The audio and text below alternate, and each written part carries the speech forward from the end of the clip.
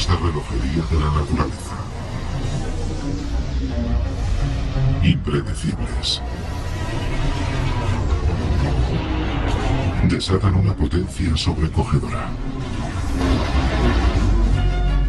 Barren paisajes enteros y vidas en un instante. Estos son algunos de los desastres más violentos de la historia del planeta. Y la única manera de salvarse es apartarse de su camino.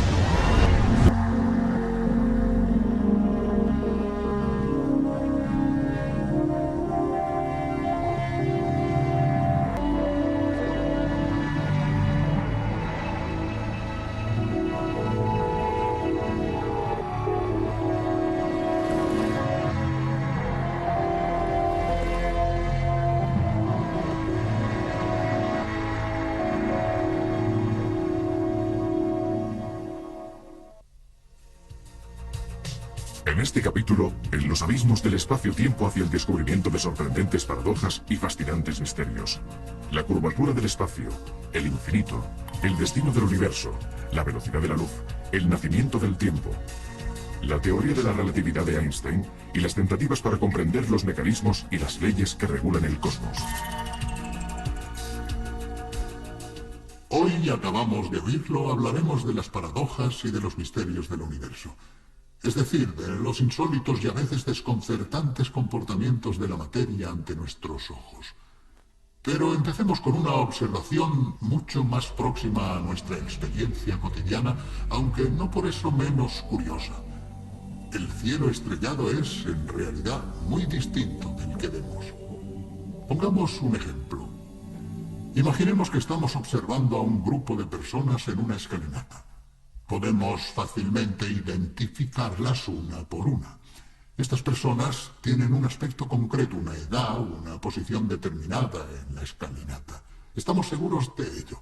Si entonces alguien nos dijera, te equivocas, no ves la realidad, sino solamente una ilusión óptica de la realidad. Ese señor con bigote hace 10 años que murió. Esa señora no se encuentra en aquel punto de la escalinata, sino en otra parte. Ese chico en realidad es un viejecito calvo de barba blanca. Bueno, nos desconcertaría, pues eso es precisamente lo que sucede cuando miramos el cielo estrellado. El firmamento que vemos es tan solo una ilusión óptica, porque ciertas estrellas que vemos brillar en realidad ya han muerto. Otras se encuentran en una posición distinta. Algunas otras, que parecen jóvenes, en realidad son muy viejas, etc. Todo esto se debe al tiempo que emplea la luz en llegar hasta nosotros.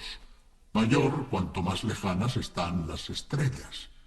Es un hecho perfectamente conocido, pero al pensarlo siempre nos sorprende un poco, precisamente porque es algo que no forma parte de nuestra experiencia cotidiana. Cuando los astrónomos observan el universo, se encuentran con este curioso fenómeno.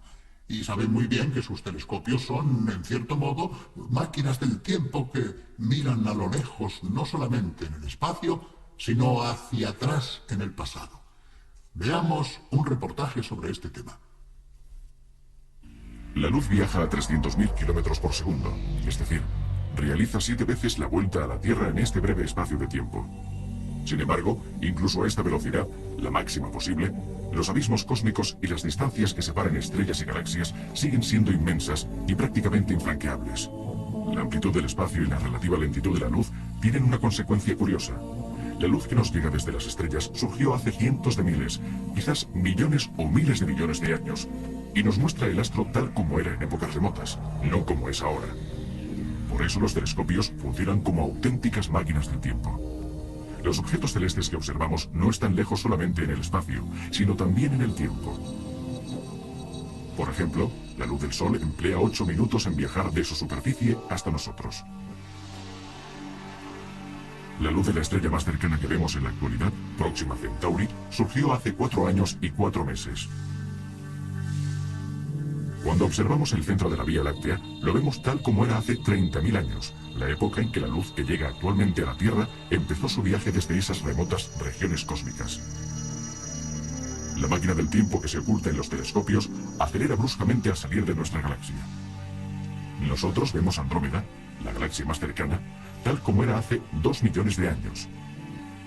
De hecho, es el mismo tiempo que ha empleado la radiación luminosa en superar el abismo de espacio que nos separa de esa galaxia. Y si en Andrómeda una civilización tecnológicamente evolucionada pudiera observar nuestro planeta, no vería la Tierra actual, sino la de hace 2 millones de años, con nuestros antepasados los homínidos correteando todavía por la sabana africana. Incluso Andrómeda, pese a su lejanía, es una vecina cercana. Este cuásar está alejado 10.000 millones de años luz, es decir, su luz ha empleado 10.000 millones de años en llegar hasta nosotros. Conclusión: la imagen captada por el telescopio, en realidad, nos muestra cómo era aquel objeto hace 10.000 millones de años, o sea, cuando el universo era mucho más joven. Tampoco posibles mensajes de actividad extraterrestre captados por los radiotelescopios nos pondrían directamente en contacto con esos alienígenas inteligentes. Podría ser que la señal nos llegara cuando esa civilización ya se hubiese extinguido. Si existieran extraterrestres inteligentes a unos 30 años luz de nosotros, ahora empezarían a recibir los primeros capítulos de este concurso, cuando actualmente en la Tierra el programa es una reliquia casi olvidada de la historia de la televisión.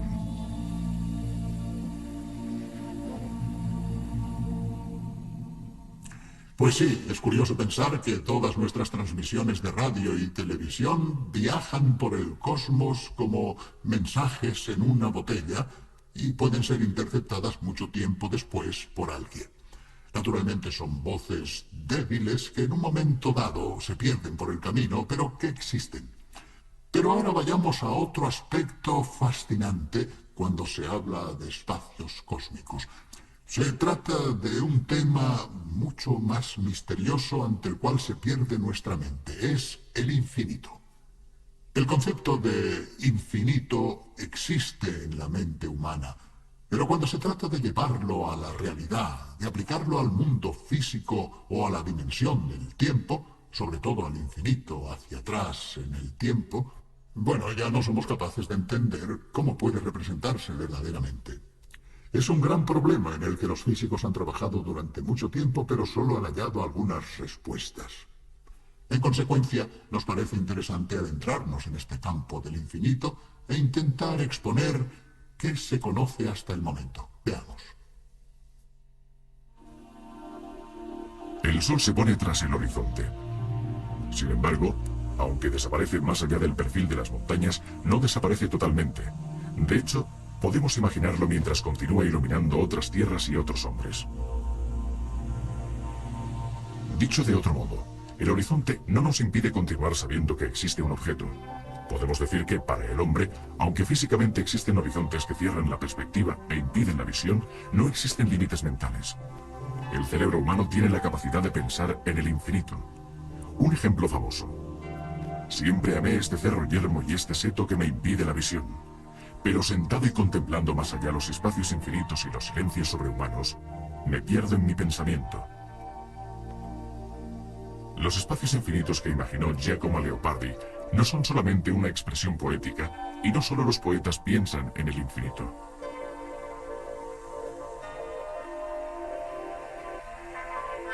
Veamos otro ejemplo. La sucesión de los números 1, 2, 3, 4, 1000, 1000 millones, 1 billón.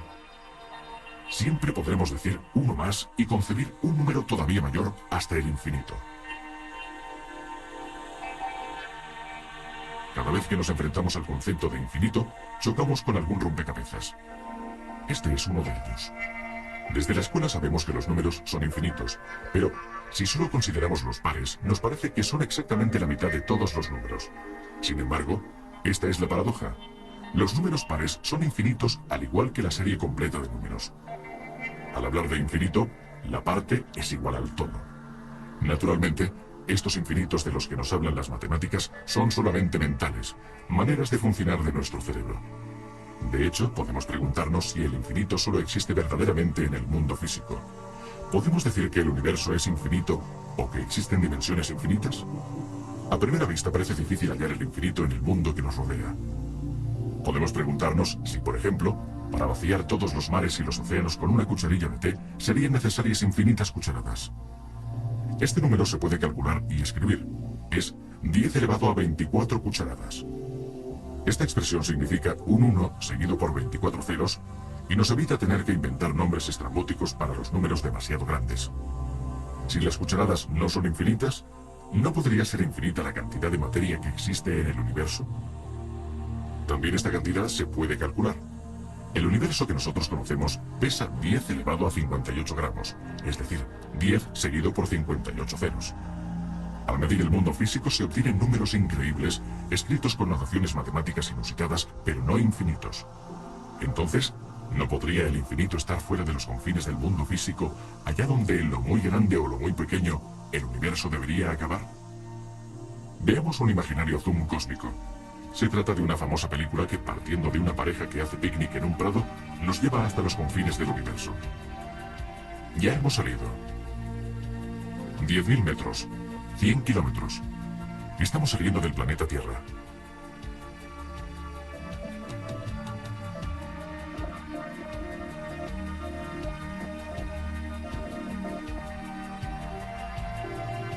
A 10.000 millones de kilómetros abandonamos el sistema solar. De ahora en adelante será mejor contar en años luz, es decir, el camino recorrido por la luz en un año.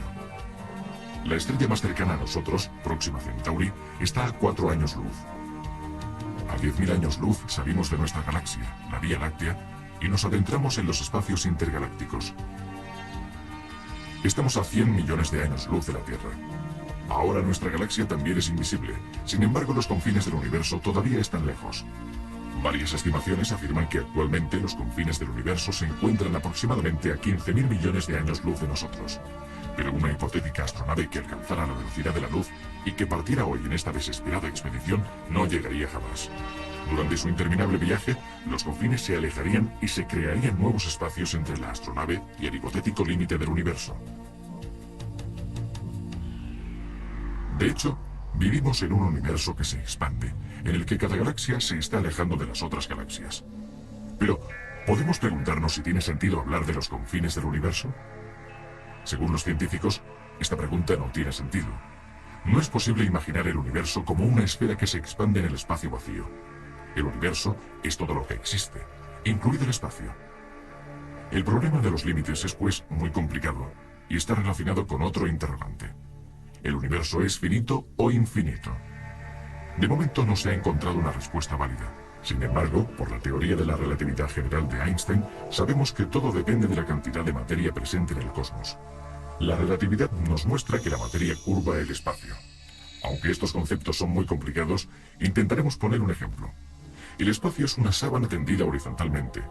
La materia es una pelota situada sobre esta sábana.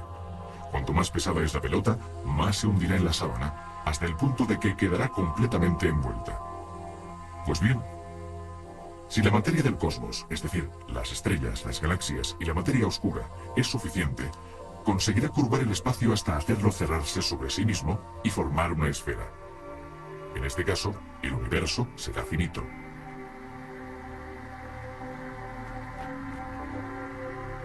Si la materia no es suficiente, el espacio se curvará, pero no se cerrará y podrá tener, por ejemplo, una forma geométrica abierta.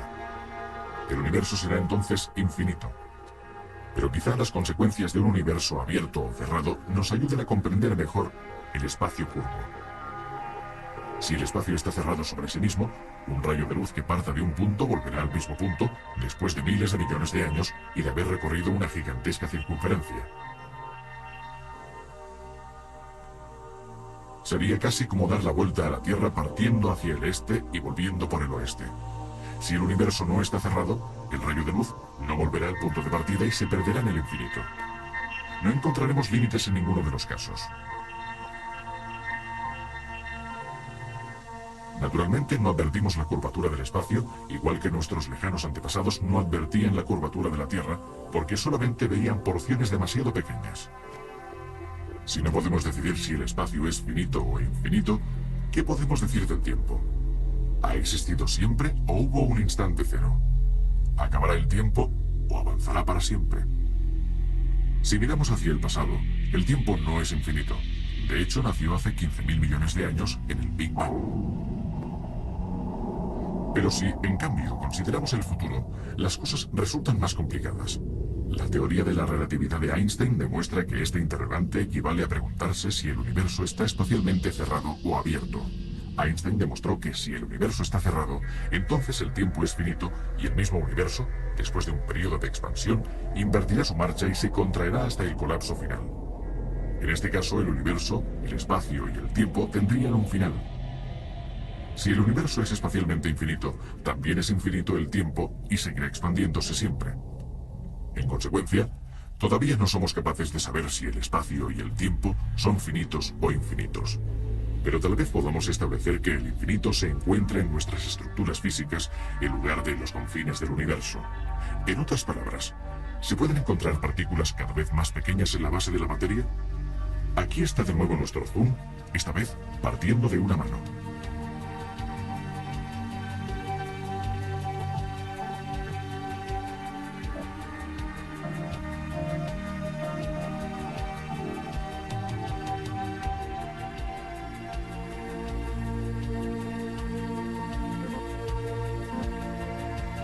Las células, los núcleos, las estructuras del código genético, las moléculas que forman las largas cadenas del ADN, los átomos, y dentro de los átomos, los protones, los neutrones y los electrones.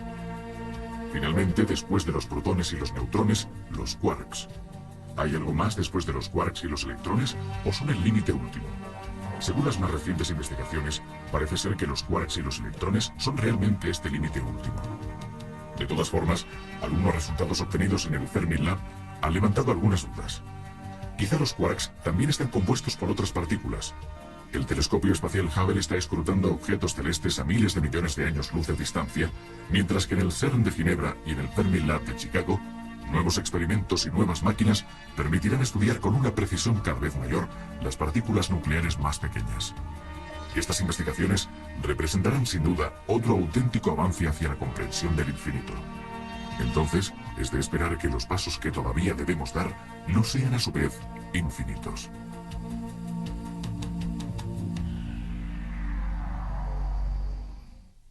En resumen, es un terreno en el que todavía debemos aprender y descubrir muchísimas cosas, lo que supone un desafío para nuestra inteligencia y seguramente para la de nuestros descendientes. Bueno, pero hay otro aspecto muy interesante que surge cuando se habla de los llamados misterios de la materia, y son las relaciones entre el espacio, el tiempo y la velocidad. En nuestra experiencia cotidiana los vemos como tres cosas separadas. Medimos el espacio con reglas, el tiempo con cronómetros, medimos la velocidad con el velocímetro del coche, por ejemplo, pero jamás se nos ocurre que estas tres cosas están íntimamente relacionadas entre sí y se influyen mutuamente. Albert Einstein, en su teoría de la relatividad, mostró en cambio que el espacio y el tiempo pertenecen a un mismo sistema y que un objeto, a medida que se acerca a la velocidad de la luz, sufre unas distorsiones espacio-temporales respecto a un observador que permanece en reposo. Es una cuestión muy compleja, un auténtico rompecabezas que desafía nuestro sentido común debido a las paradojas que conlleva. Pero es extremadamente estimulante porque nos sitúa frente a una visión del mundo muy distinta a la que nosotros normalmente percibimos.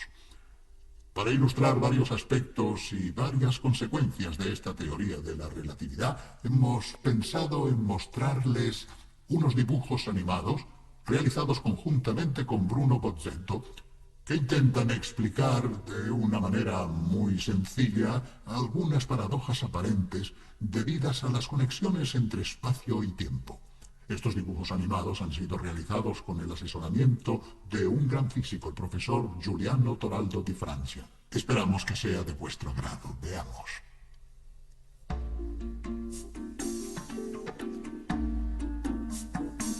En el transcurso de la historia, el hombre se ha encontrado frente a nuevos descubrimientos que han convulsionado sus conocimientos. Durante milenios, todos estaban convencidos de que la Tierra era plana, es decir, que al llegar a un punto determinado, los objetos se caían. Además, habría sido totalmente ilógico pensar que se podía seguir caminando cabeza abajo. ¿Quién podría sostener algo tan absurdo como eso? Otra cuestión absurda habría sido pensar que en la Tierra pudiese ser al mismo tiempo de día y de noche. Es decir, que mientras algunos trabajaban bajo el sol, para otros era de noche. Todavía era más absurda la idea de que pudiera existir un punto de la Tierra que, una vez cruzado, hiciera retroceder un día. En cambio, hoy sabemos que volando, por ejemplo, de Tokio a Honolulu, se cruza la línea de la fecha y se retrocede en el calendario. Naturalmente sabemos que cuando en California es mediodía, en Moscú es medianoche, y que los australianos están cabeza abajo respecto a nosotros y nosotros respecto a ellos.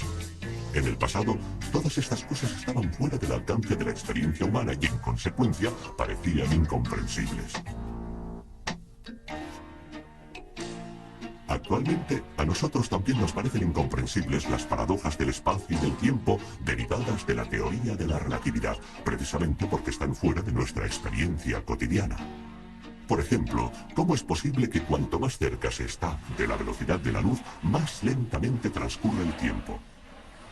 ¿Cómo entender que si un astronauta viaja durante un tiempo a una velocidad cercana a la de la luz, cuando regrese a la Tierra encontrará a su hermano gemelo mucho más viejo que él? ¿Y cómo es posible que a esta altísima velocidad un objeto se contraiga aumentando su masa? El hecho es que estas paradojas nos parecerían totalmente normales si formaran parte de nuestra experiencia cotidiana. Pero esto no sucede por una sencilla razón. Estos fenómenos se hacen evidentes únicamente al viajar a velocidades muy cercanas a la de la luz, y estas velocidades están más allá de nuestra capacidad. Basta con pensar que el objeto más veloz que ha construido el hombre es una sonda interplanetaria que en el momento de máxima velocidad puede alcanzar aproximadamente los 20 kilómetros por segundo. Pues bien, la luz es 15.000 veces más veloz. 300.000 kilómetros por segundo, es decir, que un vehículo interplanetario actual comparado con la luz se encuentra en la misma situación que una tortuga en relación a un reactor. Es 15.000 veces más lento. Por esta razón, nunca hemos podido entrar en la zona mágica en la que tienen lugar estas paradojas. Pero, ¿por qué suceden únicamente cerca de la velocidad de la luz? En realidad, se producen siempre, incluso a baja velocidad, pero los efectos son demasiado pequeños para que nos demos cuenta. De hecho, su crecimiento es muy rápido al aumentar la velocidad. Basta con un simple ejemplo para entender este concepto. Cogemos un objeto de metal y lo acercamos poco a poco a un imán. Cuando está a 1 metro, el efecto de atracción no se advierte, aunque en teoría existe ligeramente. Tampoco sucede nada a medio metro, y tampoco a 20 centímetros. Pero a medida que nos acercamos, esta atracción empieza a notarse y aumenta cada vez más. En el último centímetro se hace muy fuerte, y en el último milímetro, fortísima. Finalmente, en la última milésima de milímetro es casi irresistible. Con los efectos de la relatividad sucede algo parecido. Con la velocidad del automóvil estamos aquí, con la del cohete interplanetario aquí. Es decir, en un punto en el que, en teoría, el efecto de la relatividad existe pero es inapreciable. Solo disponiendo de astronaves capaces de acercarse a la velocidad de la luz, entraríamos en el terreno de los efectos muy evidentes y bastaría cada vez un pequeño acercamiento para multiplicar este efecto y amplificar las consecuencias. De hecho, según una tabla aproximativa, suponiendo que una astronave parta hoy y regrese dentro de 1000 años, viajando a 294.000 kilómetros por segundo, el tiempo relativo a bordo sería de 200 años. Pero sería suficiente con acelerar un poco, es decir, llegar a 299.792 kilómetros por segundo para reducir el tiempo a solo 2 meses. Después, bastaría con acelerar muy poco, solamente 4 centímetros por segundo, para hacer descender el tiempo relativo a bordo a solo 3 días. Partiendo de esta base, podemos llegar a una consideración que normalmente se olvida.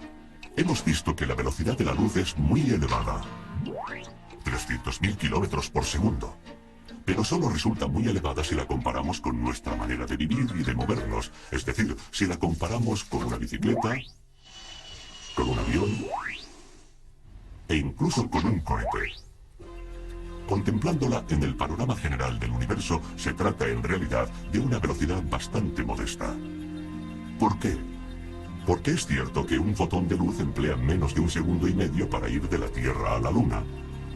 Pero también es cierto que emplea ya 8 minutos para ir de la Tierra al Sol. Si nosotros pudiéramos estar en el planeta Urano y viéramos viajar los destellos de luz de la Tierra al Sol, nos daríamos cuenta de que esta velocidad no es tan elevada. Veríamos avanzar la luz como un caracol. Si después nos situáramos en una estrella y observáramos los destellos de luz viajando entre la Tierra y la estrella más cercana, veríamos cómo realizan este trayecto en 4 años. Finalmente, si nos situáramos fuera de nuestra galaxia y viéramos avanzar la luz de un extremo a otro de la galaxia, veríamos cómo realiza este trayecto en unos 100.000 años. Es decir, nos parecería casi inmóvil. A partir de aquí, podemos ejercitar nuestra imaginación. Supongamos que la velocidad de la luz no es de 300.000 kilómetros por segundo, sino mucho menor, solo de 100 kilómetros por hora. Pues bien, en ese caso, nosotros podríamos experimentar cotidianamente los efectos de la relatividad. Por ejemplo, podríamos ver cómo un automóvil en la carretera se contrae a medida que aumenta la velocidad y no consigue alcanzar jamás los 100 kilómetros por hora, que serían un límite insuperable, ya que, para que el coche acelerara a esa velocidad, sería necesaria una energía infinita. Y también la masa del coche sería infinita. También podríamos ver cómo a bordo del automóvil todo se desarrollaría lentamente, tanto más lentamente cuanto mayor fuera la velocidad. Si este coche viajara de esta forma durante 10 años seguidos sin detenerse, ¿qué sucedería? Pues bien, al llegar a casa y frenar, la longitud volvería a ser la misma de antes y el tiempo a bordo transcurriría tan bien como antes. Pero, mientras que para la gente que se quedó en casa habrían pasado realmente 10 años, para los que estaban a bordo habría pasado mucho menos tiempo, quizás solo 10 semanas o 10 días, según la velocidad, debido a la mayor lentitud del tiempo, y en consecuencia, a la mayor lentitud de la vida y de los procesos vitales. En un mundo como este, los efectos de la relatividad serían una rutina cotidiana. Por ejemplo, en un partido de tenis, debido al efecto de la velocidad, la pelota se contraería en cada golpe. Después, al detenerse, volvería a sus dimensiones anteriores. Después de un tiempo, ya no tendríamos en cuenta lo extraño del caso y lo consideraríamos una ley física normal, como en realidad es. Y al subir a un tren que viajara de Turín a Roma, sabríamos perfectamente que, mientras los relojes de las estaciones ferroviarias señalan una duración del viaje de 8 horas, nuestro reloj señalaría quizás solo 1 hora, porque al viajar cerca de la velocidad de la luz, habríamos vivido más lentamente. Y cuando hubiéramos llegado, volveríamos a situar las manecillas correctamente, tal como hacemos al bajar de un avión que ha atravesado distintos usos horarios. En resumen, los efectos de la relatividad ya no nos sorprenderían si viviéramos en esta dimensión que en realidad no podemos experimentar porque la velocidad de la luz es demasiado elevada para nosotros. Naturalmente, permanece un gran interrogante, un enigma que sigue desafiando nuestra mente. ¿Por qué sucede todo esto? ¿Por qué motivo cambian el tiempo y las dimensiones con la velocidad? En cierto sentido, la respuesta es muy sencilla. Siempre ha sido así, aunque nosotros no nos hayamos dado cuenta porque nunca hemos experimentado estas velocidades.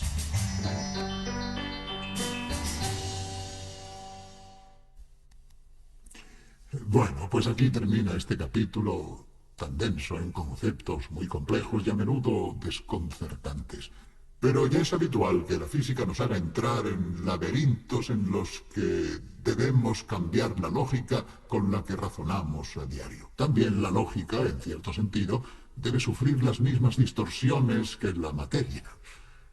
Sin embargo, todo esto no modifica la dimensión cotidiana en la que vivimos. Nosotros seguimos viviendo, trabajando con las viejas leyes de la física que siguen siendo válidas. Vamos siempre en bicicleta con las leyes de Newton, por así decirlo. Pero la relatividad, como la mecánica cuántica o el estudio del comportamiento de las partículas en los aceleradores, amplía nuestros horizontes y nos muestra que el universo, los átomos, la materia que nos rodea, tienen propiedades insospechadas que precisamente pueden parecernos paradójicas. Y todo esto forma parte del mundo de la investigación.